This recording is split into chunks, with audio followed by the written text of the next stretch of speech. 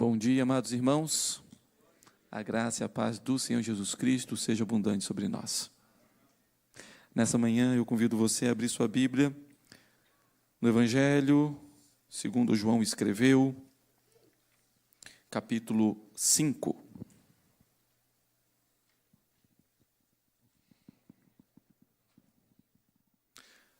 Evangelho de João, capítulo 5, do verso 1 ao verso de número 18. Enquanto os irmãos estão aí abrindo a Bíblia, queremos aqui parabenizar as nossas irmãs, hoje o Dia da Mulher Presbiteriana. Então, a todas, que Deus abençoe cada uma de vocês.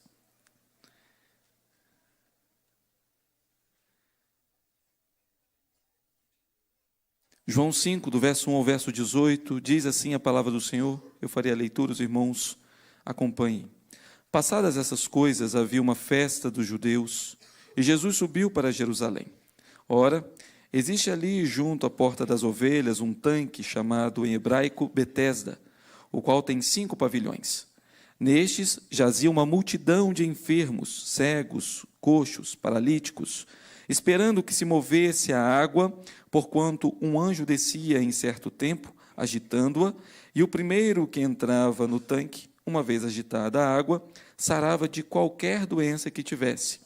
Estava ali um homem enfermo, havia 38 anos. Jesus, vendo-o deitado e sabendo que estava assim há muito tempo, perguntou-lhe: queres ser curado?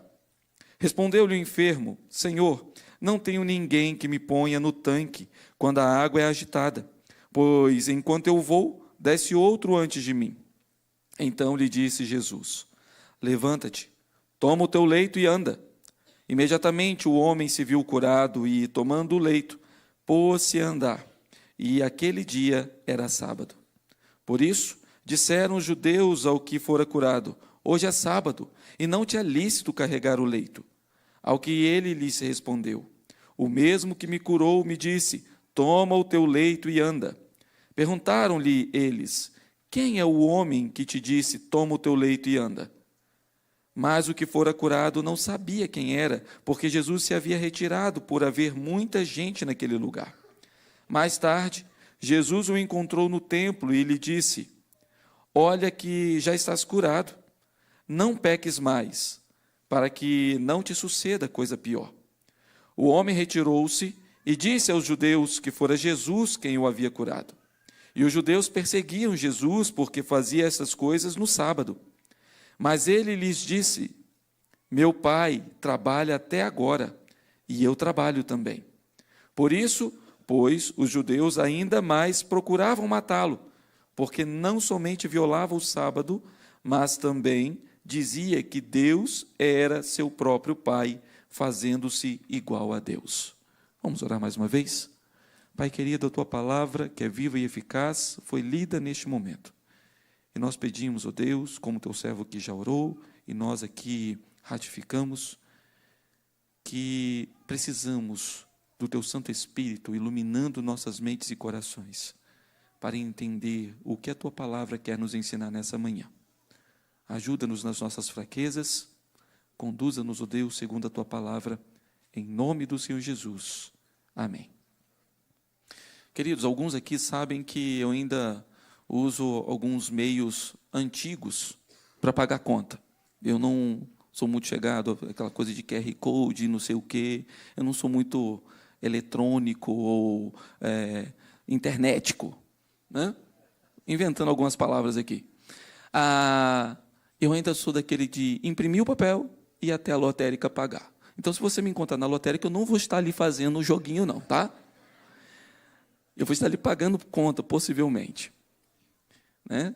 Então, queridos, mas é interessante que algumas das vezes que eu vou ali, e principalmente dependendo do dia, principalmente quando acho que se aproxima um final de semana, ou final de ano, quando tem as megas, né?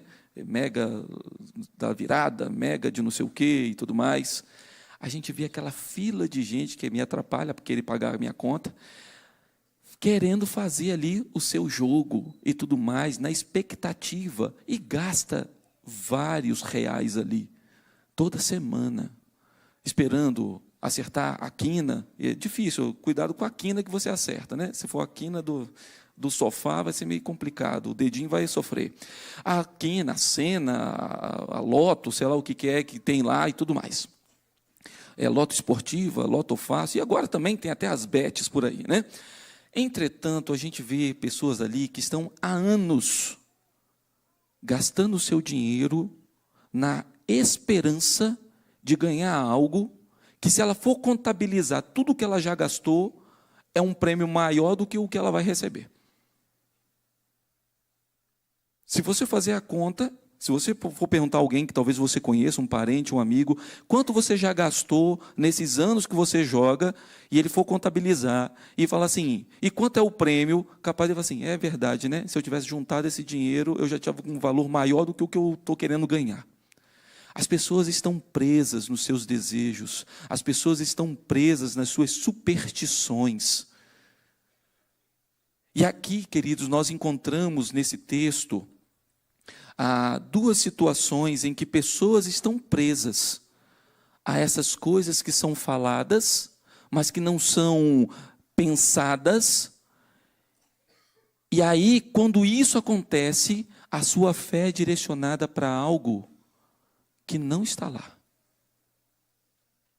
A sua fé é direcionada para alguma coisa que, na verdade, nem existe. Esse texto, queridos, ele é muito importante para a gente entender que Jesus é o Senhor do nosso descanso. Nós cantamos isso, que nós descansamos no braço do nosso bom pastor. Nós cantamos isso aqui, mostrando que o Senhor é Senhor e Rei de todas as coisas. Nós lemos aqui que nele nós encontramos de fato descanso das nossas angústias. Lemos aqui isso em Mateus capítulo 11, 28 a 30. Nós lemos aqui que o nosso Deus é o Deus Altíssimo, e nós descansamos à sombra daquele que é onipotente. E esse texto mostra, mais uma vez, que Jesus é o descanso para as nossas almas. Observe, queridos, eu gostaria de dividir esse texto em duas partes, e a primeira parte é o encontro de Jesus com aquele homem que estava há 38 anos ali, esperando algo que certamente não aconteceria. E depois, a segunda parte, o encontro de Jesus com os outros homens, mas aí nós vamos dividi-lo em 3 subtópicos, mas é mostrando também outras pessoas que estavam também presas às suas tradições, às suas convicções, movidas pelo seu coração pecaminoso e não por aquilo que verdadeiramente a palavra do Senhor nos diz. A primeira parte, no encontro com este homem, que vai do verso 1 até o verso de número 10, nós vamos ver algumas coisas interessantes aqui. A primeira delas é quando começa no verso 5, dizendo assim, passadas essas coisas, havia uma festa dos judeus. Jesus, depois daquele acontecimento que nós ouvimos semana passada, do encontro com a mulher samaritana, com o encontro com os outros samaritanos e tudo mais, ele desce para Jerusalém como judeu e como aquele que quer cumprir a lei, ou tem que cumprir a lei. Ele desce porque aos judeus, pelo menos 3 vezes ele precisava ir a Jerusalém por conta das festas. A festa da Páscoa, a festa do Pentecostes e a festa do Tabernáculo. É bem possível que essa festa aqui seja do Tabernáculo, nós não temos como afirmar, mas é uma dessas 3 festas. Alguns estudiosos colocam mais como a festa do Tabernáculo. Uma festa, e Jesus vai para lá, vai em direção a Jerusalém. A segunda coisa que nós observamos aqui é que o verso 2 diz assim, ora, existe ali junto à porta das ovelhas um tanque, uma festa, um tanque, chamado em hebraico Betesda. Betesda significa casa de misericórdia. Alguns ainda contestam essa tradução, mas a grande maioria entende que é casa de misericórdia. Esse tanque, ele ficava perto da porta das ovelhas. é bem possível que a porta das ovelhas era onde os sacerdotes entravam quando a cidade foi reestruturada no tempo de Neemias, foi-se colocado 12 portas, e a porta das ovelhas era onde os sacerdotes entravam com os animais para serem sacrificados. Então é bem possível que esse tanque aqui era o tanque que os sacerdotes usavam para se purificar, para poder fazer o sacrifício. Era um local que estava ali e foi-se criado um mito sobre ele.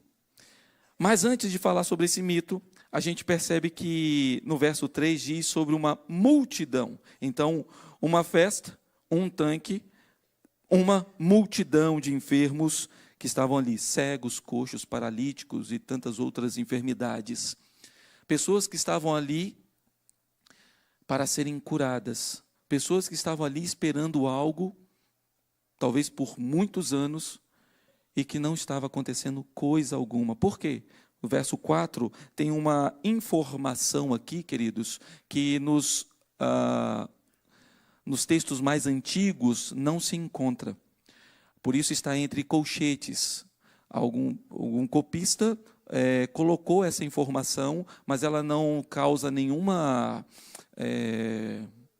impacto no texto, no que diz respeito à questão teológica, por causa do verso 7, que vai explicar, ela acaba sendo explicativa, por conta que no verso 7, o próprio homem que está ali esperando, ele fala sobre essa água agitada, eles estavam esperando. Então ele está dando uma informação sobre uma superstição que aquelas pessoas tinham, de que um anjo, talvez até movido por conta de ser uma água que ao longo do tempo vai se tornando santa, porque os sacerdotes se lavavam ali, não sei, não há nenhuma definição quanto a isso, mas criou-se um mito de que, de tempos em tempos, um anjo vinha e movia aquela água, e o primeiro que mergulhasse ali era curado.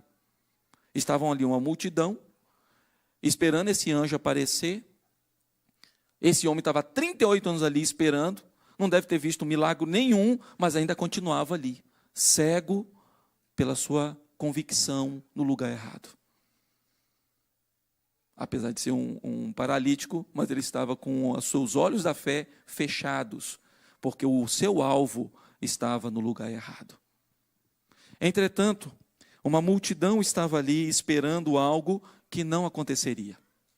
E nesse momento, o texto nos diz que estava ali, no verso de número 5, estava ali um homem enfermo, 38 anos. Não, essa não é a idade do homem. Bem possível que ele era bem mais velho do que isso, mas só ali já estava 38 anos esperando aquela água ser movida para ser colocado dentro do tanque. Ah, queridos, esse homem foi alvo da misericórdia do Senhor Jesus. Esse homem foi aquele que Jesus escolheu para ir ao encontro dele. Jesus passou ali, apesar de ter uma multidão de pessoas ali, esperando receber misericórdia, aquele homem foi o alvo. Aquele homem foi a causa de Jesus passar por aquele tanque para encontrar aquele homem especificamente. E a gente percebe isso porque lá no versículo 14, nós vamos chegar lá também, mas já temos a informação de que Jesus o encontrou novamente no templo. Não foi o homem que encontrou Jesus, foi Jesus que foi ao encontro desse homem de novo lá no templo. Meus queridos, este homem agora ouve uma pergunta da parte do Senhor Jesus. Então, nós temos aqui uma festa, um tanque, uma multidão, um homem, e agora uma pergunta. O Senhor Jesus, no verso 6, diz assim: Jesus, vendo-o deitado e sabendo que estava assim há muito tempo, perguntou-lhe: queres ser curado? Parece uma pergunta óbvia, né? O que esse homem estava esperando ali 38 anos? Ser curado. Mas essa pergunta, ela é muito mais profunda. É a mesma coisa que o próprio Deus, o Senhor Deus, fez com Adão lá no Éden. É certo que Deus sabia onde Adão estava escondido, porque O próprio salmista, no Salmo 139, fala que se a gente for ao mais altos céus, ou mais profundo abismo, o Senhor vai estar lá. Mas mesmo assim, o Senhor pergunta para Adão, lá em Gênesis, onde você está? A mesma coisa é aqui. Era para aquele homem responder de maneira objetiva. Essa pergunta, ela revela, queridos, como é o nosso coração. Sabe por quê? Olha a resposta desse homem, verso de número 7. Respondeu-lhe o enfermo: Senhor, não tenho ninguém que me ponha no tanque quando a água é agitada, pois enquanto eu vou, desce outro antes de mim. Foi essa pergunta, era essa a resposta que o Senhor esperava? Talvez seria essa a resposta que você queria receber se você tivesse feito essa pergunta para esse homem? A pergunta foi: queres ser curado? Sim, eu quero ser curado. Eu estou aqui há 38 anos esperando isso. Não, ele prefere, queridos, reclamar. Ah, porque eu não tenho ninguém que me ponha no tanque. Ah, porque eu sou um pobre coitado que não tem ninguém nem para me arrastar aqui, para me puxar. Vai dizer que a gente não é assim. Pergunta agora para si mesmo, se não são essas respostas, esse tipo de resposta que a gente dá para o Senhor. O Senhor fala assim: filho, eu estou aqui. Ah, Senhor, mas não tem ninguém que me ajuda. Eu estou procurando aqui, olho para tudo quanto é lugar e não vejo uma saída do meu problema. Filho, eu estou aqui. Não, Senhor, mas eu estou esperando algo miraculoso. Eu quero uma coisa assim, impactante. Filho, eu estou aqui. E nós continuamos reclamando, olhando para nós mesmos, olhando para a nossa fraqueza, olhando para as nossas limitações. Esse é o nosso coração, queridos. Nós focamos no problema, ao invés de olharmos para a solução. A solução deste homem estava diante dele, e ele preferiu reclamar daquilo que os outros não faziam em favor dele. Queridos, todos nós passamos por isso. Todos nós fazemos esse tipo de coisa. Até mesmo os grandes homens do passado, que às vezes muitos aqui admiram, todos nós admiramos, por conta da fé, por conta da coragem e tantas outras virtudes que o Senhor concedeu, como Elias. Aquele homem que, depois de uma grande vitória sobre os profetas de Baal, ameaçado por Jezabel, corre para uma caverna e fica lá. E a pergunta do Senhor é objetiva para ele: o que você está fazendo aqui, Elias? Ah, Senhor, eu não tenho quem me ajude, eu estou sozinho. O que você está fazendo aqui, Elias? Levanta e come. Aí Elias vai lá, levanta, come e volta para a sua depressão, volta para o seu estado de autocomiseração. O que você está fazendo aqui, Elias? Tem 7.000 joelhos que não se dobraram diante de Baal, e eu tenho uma missão para você. A mesma coisa agora este homem.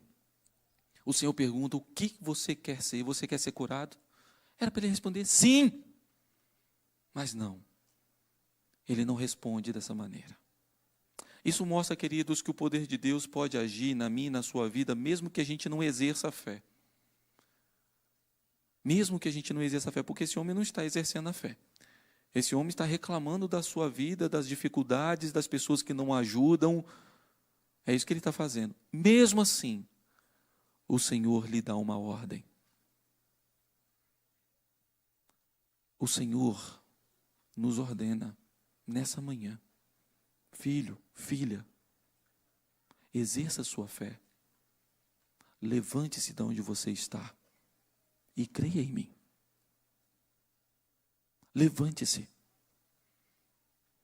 Não fique prostrado. Eu sou o Senhor que pode te dar a cura. Eu sou o Senhor que pode te aliviar das suas angústias. Eu sou o Senhor que pode te dar descanso. Meus irmãos, agora nós vemos uma ordem da parte do Senhor. E essa ordem está aqui manifestada quando ele diz, verso de número 8. Então lhe disse Jesus: levanta-te, toma o teu leito e anda. E há também uma atitude, verso de número 9. Imediatamente o homem se viu curado, e tomando o leito, pôs-se a andar, e aquele dia era sábado. A ordem do Senhor Jesus manifesta o seu poder e a sua autoridade. Essa ordem mostra que Jesus, o Senhor de todas as coisas, é quem ordena. Ele é o alívio do nosso cansaço. Nós acabamos de cantar aqui: Tu és Senhor e Rei, governas sobre o universo, justo e fiel, vestido de glória e poder, coroado estás. O Senhor Jesus está aqui mostrando o seu poder e a sua autoridade, ordenando aquele homem: levanta, toma o teu leito e anda. O leito aqui, queridos, talvez você pense numa pequena cama, uma maca, alguma coisa assim. Possivelmente era uma manta ou um pedaço de couro revestido com uma pele de cordeiro para a pessoa ficar ali durante o dia, deitada, por conta da sua deficiência, e durante a noite para ele se cobrir por conta do frio. Então ele possivelmente enrolaria essa peça de couro e pele de ovelha e colocaria no seu ombro e sairia. É isso que ele está fazendo nesse momento. Entretanto, há uma coisa aqui importante. Esse dia era dia de sábado. Queridos, é possível que a história desse homem pareça com a sua em algum momento. Pode ser que você já recorreu a muitas pessoas pedindo auxílio em alguma situação. Talvez você esteja recorrendo a lugares ou a tipo de métodos para solucionar o problema que tem angustiado o seu coração. Mas somente Jesus é o nosso descanso. Somente Jesus pode nos dar o alívio das nossas angústias, porque Ele é Senhor. É óbvio que Ele pode usar pessoas, é óbvio que Ele pode usar circunstâncias, é óbvio que Ele pode usar métodos, mas é sempre o Senhor Jesus quem deve ser glorificado, porque Ele é o Senhor e Rei, porque Ele tem toda a autoridade e todo o poder. Toda a autoridade lhe foi dada nos céus e na terra.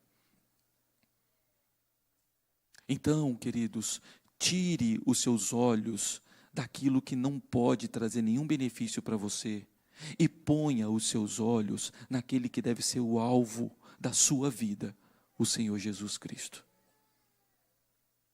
Enquanto você mantiver os seus olhos presos às suas convicções equivocadas, enquanto você mantiver os seus olhos presos nas circunstâncias que estão ao seu redor, enquanto você mantiver os seus olhos confiados nos recursos, na sua intelectualidade, no dinheiro que você tem no banco, no seu plano de saúde ou qualquer outra coisa, há grande possibilidade de você se frustrar, de você se angustiar. Mas quando você colocar os seus olhos em Cristo, o verdadeiro descanso das nossas almas, você receberá a paz que excede a todo entendimento. A segunda parte, queridos, desse texto vai mostrar que Jesus é o descanso dos nossos corações sobrecarregados. E por quê? Porque nós vemos aqui, queridos, 3 encontros específicos. Logo depois dessa cura que o Senhor fez a esse homem, há uma informação aqui muito interessante. Esse dia era um sábado. Por que isso é importante? Olha o que aconteceu. O primeiro encontro que nós vemos aqui nesse texto. Os judeus com este homem que agora fora curado. Verso de número 10. Por isso disseram os judeus ao que fora curado: hoje é sábado e não te é lícito carregar o leito. Ao que ele lhes respondeu: o mesmo que me curou me disse: toma o teu leito e anda. Perguntaram-lhe eles: quem é o homem que te disse: toma o teu leito e anda? Ah, queridos, essa essa situação aqui é muito interessante, porque esse homem é encontrado por aqueles judeus. E a probabilidade de, se não todos, alguns daqueles homens que encontram o homem que fora curado, conhecer a história daquele homem, é muito grande. 38 anos ali, naquele lugar que certamente muitas pessoas passavam por ali, e via aquele homem ali. 38 anos. Talvez tenha pessoas aí que você já percebeu aí, algumas semanas, a mesma pessoa no mesmo semáforo, pedindo a mesma coisa, entregando ou vendendo alguma coisa, e você, em algumas semanas, já fixou e falou assim, aquela pessoa lá é aquela que fica sempre ali naquele semáforo vendendo isso, ou oferecendo aquilo, ou pedindo ajuda, assim. 38 anos, certamente essas pessoas conheciam, sabiam quem ele era, sabia que era um paralítico, sabia que tinha uma deficiência. Mas sabe o que eles se importam? Por que você está carregando o seu leito? Ninguém glorificou e falou assim, louvado seja o nome do Senhor, esse homem foi curado. 38 anos a gente vê esse homem ali, prostrado, esperando o agitar das águas ali, entrar naquele tanque. Não, eles focam, por que você está carregando o seu leito? E vocês acham que nós somos diferentes disso? Nós não somos diferentes disso. Às vezes vem um irmão ou uma irmã e conta uma bênção para nós. E ao invés de nós nos alegrarmos com ela, fala assim, mas como é que você fez isso? Por que isso aconteceu? E assim, estranho, a gente não se alegra com os nossos irmãos, com as bênçãos que são recebidas. A gente parece que inveja, bate o orgulho, o ciúme, sei lá o que bate no coração. E nós não conseguimos enxergar a graça e a misericórdia do Senhor sendo dispensados sobre a vida das pessoas que estão ao nosso redor ou sobre a nossa própria vida. Esses homens estavam tão cegos nas suas convicções equivocadas que não conseguiam enxergar o tamanho da bênção que eles estavam ali, olhando para ela. Um homem que há 38 anos estava sofrendo com uma deficiência e que agora fora curado. Não, a preocupação deles, por que você está carregando o seu leito no dia de sábado? E isso é tão grave, porque esse homem ele afirma, se alguém não conhecia a situação dele, ele fala, o homem que me curou, me falou para poder tomar o meu leito e andar. Aí, você estava doente, que bom, louvado seja o Senhor, vai lá, agradece, faz o seu sacrifício como a lei de Moisés mandava. Não, nada disso. Quem foi o homem que te curou? Quem foi o homem que te mandou carregar o leito? Nem foi quem te curou, não. Quem foi o homem que mandou você carregar o leito?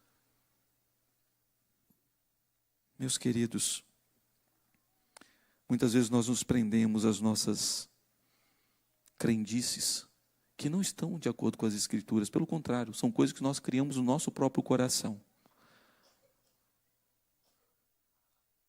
Uma das coisas que a reforma nos trouxe de muito importante é o livre exame das Escrituras. Nós temos acesso às Escrituras. Agora, nós temos a palavra do Senhor na nossa língua, nós podemos ler, podemos meditar nela. Mas a reforma não nos deu livre interpretação das Escrituras. O Senhor nunca nos permitiu ter livre interpretação das Escrituras, como esses homens estavam fazendo, e criando coisas sobre a lei do Senhor que o Senhor não disse.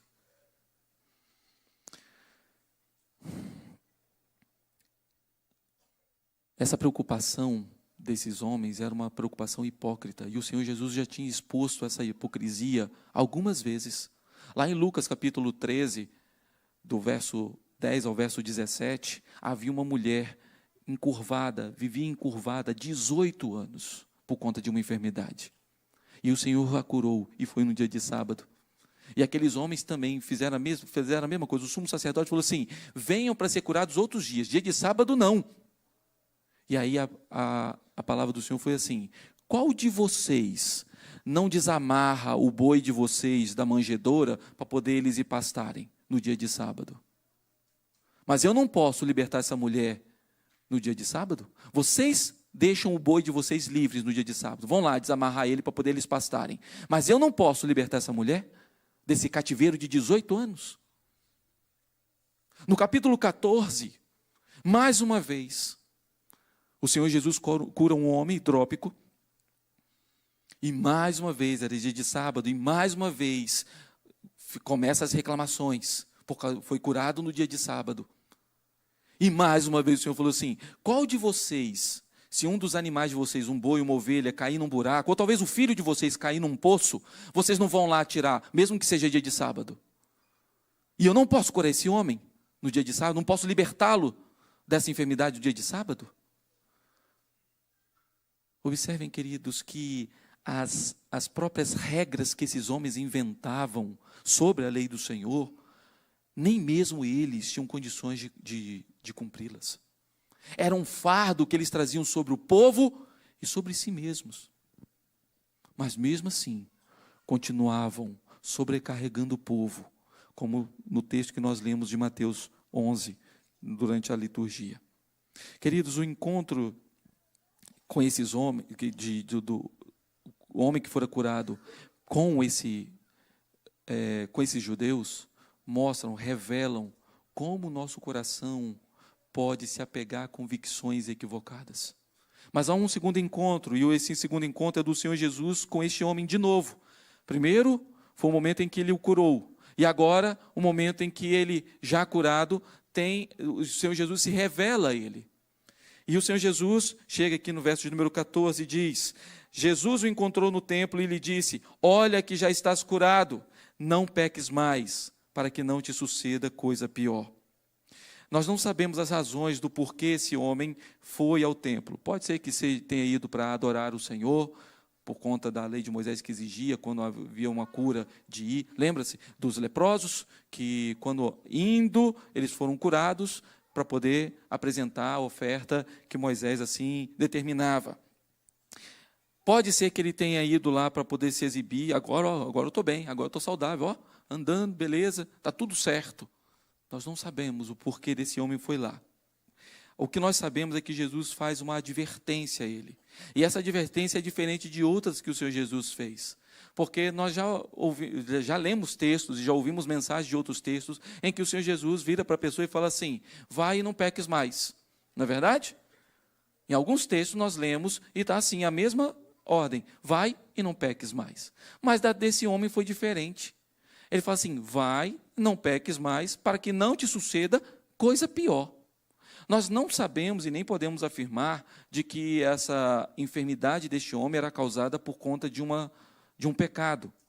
Óbvio que algumas situações que nós sofremos na nossa saúde são consequências de pecados. Entretanto, nem toda doença é consequência de um pecado, ou pelo menos não de um pecado direto, né? Claro que todas as doenças vieram por conta do pecado, mas não por conta de um pecado direto. Então, nós não temos como afirmar aqui, dizendo assim: esse homem então estava doente porque ele pecou e por causa disso ele ficou 38 anos sofrendo daquela maneira. Não temos como afirmar. Mas uma coisa é certa: o Senhor Jesus conhecia o coração daquele homem.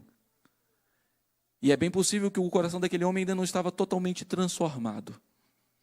Até mesmo por causa da atitude que ele faz logo depois, que ele toma logo depois desse encontro com o Senhor Jesus. E o Senhor Jesus faz essa advertência a ele: vai, não peques mais, para que não te suceda coisa pior. Queridos, uma coisa é certa: o Senhor Jesus deu alívio àquele homem no que diz respeito à situação física. Ele mostrou o caminho para que ele também tivesse o alívio espiritual, para que ele permanecesse saudável, tanto física quanto espiritualmente. Mas uma coisa é certa: a cura física não significa que esse homem foi salvo. Cura física, queridos, não significa que a pessoa seja salva. Ela não é garantia nem para aquele que foi usado como instrumento para curar. Lembra-se de Mateus capítulo 7, verso 22? Quando alguns vão dizer: Senhor, Senhor, nós não expelimos demônios no seu nome, nós não fizemos maravilhas, nós não profetizamos no teu nome. Fizeram sinais. Mas qual é a resposta do Senhor? Apartai-vos de mim, vós que praticais a iniquidade. Os 10 leprosos mostra justamente isso, mais um pouquinho para frente, que somente um voltou para glorificar ao Senhor. Os outros nem se importaram, apesar de terem sido curados. E a indignação do Senhor Jesus mostra que aqueles homens não foram transformados, a não ser aquele que era samaritano, que voltou para louvar ao Senhor. Eu não sei se esse homem entendeu a mensagem do Senhor e, posteriormente, foi convertido. Mas uma coisa é certa, essa advertência é dura. Essa advertência, queridos, pode ser para você nessa manhã. Eu não sei se você já é do Senhor Jesus, se você já pertence ao Senhor Jesus, mas uma coisa é certa. Hoje é o dia de você se arrepender dos seus pecados e se voltar para o Senhor Jesus. Hoje é o dia de você se arrepender dos seus pecados e crer no Senhor Jesus para ser salvo. Não é simplesmente para ser curado das suas enfermidades, para ter os seus problemas resolvidos dentro da sua casa, ou as questões das finanças, ou qualquer outro problema que você esteja enfrentando, mas para que você seja liberto das suas convicções equivocadas, para que você seja liberto da condenação eterna. E só Jesus pode dar esse alívio. E há um terceiro encontro aqui, queridos. E este terceiro encontro é o dos judeus com o Senhor Jesus. Aqueles homens, após o homem que fora curado, avisá-los de quem tinha mandado ele carregar o leito e andar, agora eles começam a perseguir o Senhor Jesus por causa das curas que o Senhor Jesus fazia no sábado. É bem verdade, queridos, que a lei dizia que não devia carregar nenhum fardo ou fazer qualquer outro tipo de trabalho no dia de sábado. Se você for lá na lei, no capítulo 20 de Êxodo, no capítulo 5 de Deuteronômio, você vai ver ali a lei dizendo que 6 dias trabalharás, mas no 7º dia você vai descansar. Também, lá em Neemias, é falado que no dia de sábado, quando eles estavam construindo ou reconstruindo Jerusalém, no dia de sábado não era para ele carregar fardo nenhum, carga nenhuma. É também dito lá em Jeremias, capítulo 17, que era para ajustar o sábado e não levar nenhum tipo de carga no dia de sábado. Mas não há nenhuma ordem dentro da lei que proibia de praticar a misericórdia no dia de sábado.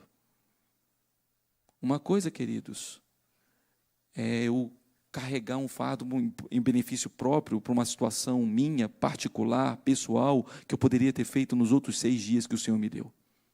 Outra coisa é eu praticar a misericórdia no dia que o Senhor fez, para que isso acontecesse, para que eu pudesse cultuá-lo. E quando eu cultuo o Senhor, não é simplesmente com cânticos, com a leitura e exposição da palavra, que é muito importante para o nosso alimento, mas é também praticando aquilo que o Senhor nos ensina. E a palavra do Senhor nos ensina a praticar a misericórdia. Faz parte da lei do Senhor, faz parte da ordem que o Senhor nos deu. Quando nós estamos aqui, queridos, nesse momento, nós estamos descansando. Se você acha que o descanso é só quando você, depois do seu almoço, no dia de hoje, ir lá para a sua cama e tirar aquele cochilo gostoso de 2, 3 horas, não! O descanso começa agora, quando nós estamos aqui reunidos, descansando no Senhor, crendo que é o Senhor quem nos alimenta, crendo que é o Senhor quem tira o fardo da nossa alma. Nós estamos aqui trabalhando, cultuando ao Senhor, mas descansando também na sua graça e misericórdia, sabendo que a misericórdia do Senhor se renovou sobre nós nessa manhã. E se estamos aqui, é por causa da graça abundante que foi derramada sobre nós. Como não louvá-lo? Como não trabalhar? Como não trabalhar em prol do nosso Senhor, que trabalhou e trabalha até no dia de hoje? Não é, aquele homem não estava fazendo algo a ordem do Senhor Jesus não estava quebrando a lei. Ela estava mostrando que o nosso Deus é um Deus misericordioso e que trabalha em prol do seu povo, independente do dia. Meus queridos, Às vezes nós nos agarramos tanto aos termos técnicos que nós não conseguimos enxergar o propósito. Perdemos o propósito olhando as questões técnicas. É o que esses homens estavam fazendo. O sábado foi feito para o homem, e não o homem para o sábado. Esses homens estavam invertendo as coisas.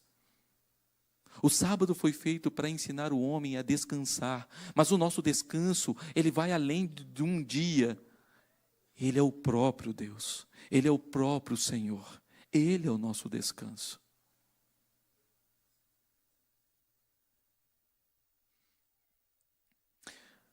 Marcos, capítulo 2, verso 27, o Senhor Jesus explica justamente isso, de que o sábado foi feito para o homem, para o seu descanso.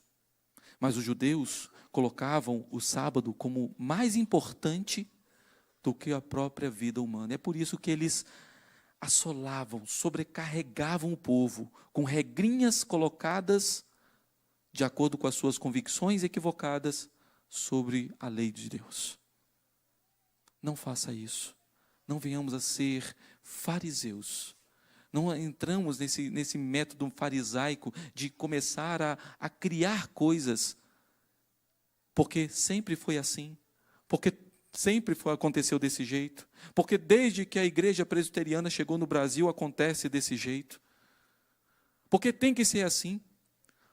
A gente começa a sacralizar dia, sacralizar hora. Não podemos fazer, vou dar um exemplo aqui, não podemos fazer a reunião no dia de sexta-feira da UPA, ou se a reunião da UPA for para o dia de sábado, não podemos fazer no sábado, porque sempre foi a sexta-feira, desde que eu estou nessa igreja, desde quando eu era adolescente, era sexta-feira, então tem que continuar sexta-feira. Por quê? Escola dominical? Não, se for mudar para 9h30, não, sempre foi 9h, mas você chega às 9h30. Né? Talvez é porque Deus habita no meio dos louvores, aí chega na hora que está cantando os louvores. Queridos, nós precisamos fazer as coisas da maneira correta, com a intenção correta, e nós só vamos ter a nossa visão corrigida quando nós olharmos para aquele que é o nosso verdadeiro descanso, o Senhor Jesus. O Senhor Jesus.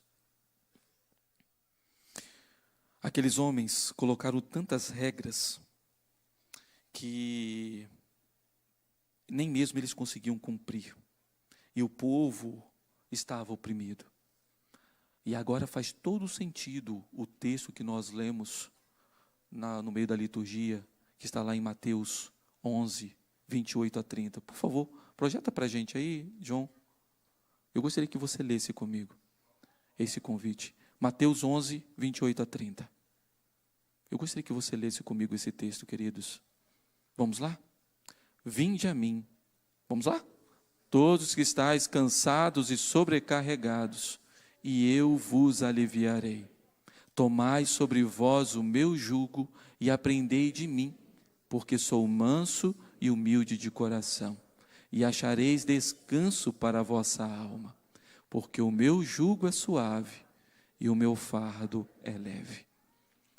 Por que continuar olhando para si mesmo? Por que ficar olhando para o seu problema? Por que ficar fechado na sua autocomiseração, se você pode, nessa manhã, ter o alívio das angústias do seu coração?